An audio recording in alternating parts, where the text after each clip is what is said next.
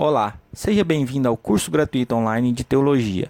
Meu nome é Fernando e serei o tutor dessa aula. A aula de hoje vamos falar sobre salvação e os eleitos. Bora para a aula? A doutrina bíblica da eleição ensina que Deus escolheu um número definido de indivíduos para obter a salvação mediante a fé em Cristo. As identidades exatas dessas pessoas foram determinadas e são inalteráveis. Deus elegeu tais indivíduos sem qualquer consideração por suas condições, decisões ou outras condições neles, mas a base da sua opção foi somente seu querer. Ele as escolheu para a salvação, tão somente porque quis escolhê-los, e não porque ele previu qualquer coisa que eles fossem decidir ou fazer. Ainda que eu vá mais completamente discutir a doutrina da eleição e responder a várias objeções na presente sessão, já tenho estado explicando e defendendo a doutrina através dessa apostila. E todos os argumentos em apoio à absoluta soberania e à eleição divina que haviam aparecido nos capítulos anteriores também se aplicam a essa sessão. Lembrando isso, a necessidade de repetição será reduzida. Nossa primeira passagem bíblica vem de Romanos capítulo 9.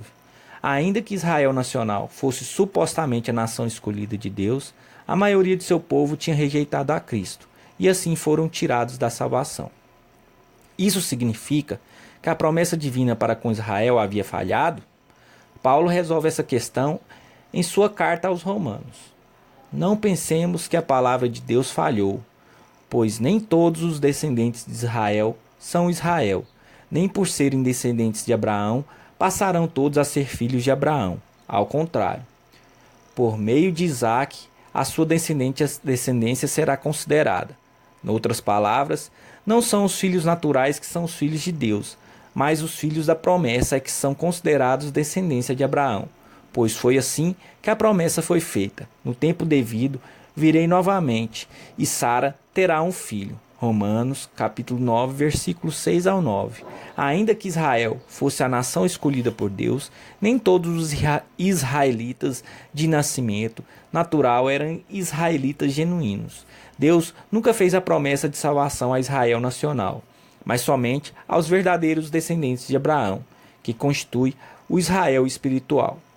Quando seus adversários alegavam ser descendentes de Abraão, Jesus respondia: se vocês fossem filhos de Abraão, fariam as obras que Abraão fez, mas vocês estão procurando matar-me, sendo que eu lhes falei a verdade que ouvi de Deus. Abraão não agiu assim. João, capítulo 8, versículo 38 ao 40.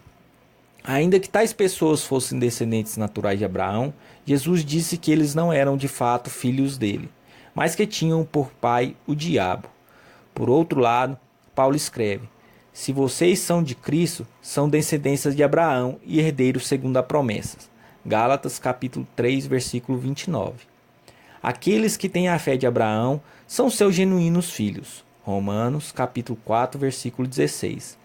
A promessa divina foi feita aos descendentes espirituais de Abraão, não aos naturais. Naturalmente, esses últimos que creem em Cristo são também seus descendentes espirituais e, assim também, herdeiros da promessa, mas herdeiros somente devido à sua herança espiritual e não à natural. Essa foi mais uma aula do curso de Teologia. Nos vemos na próxima aula. Até lá!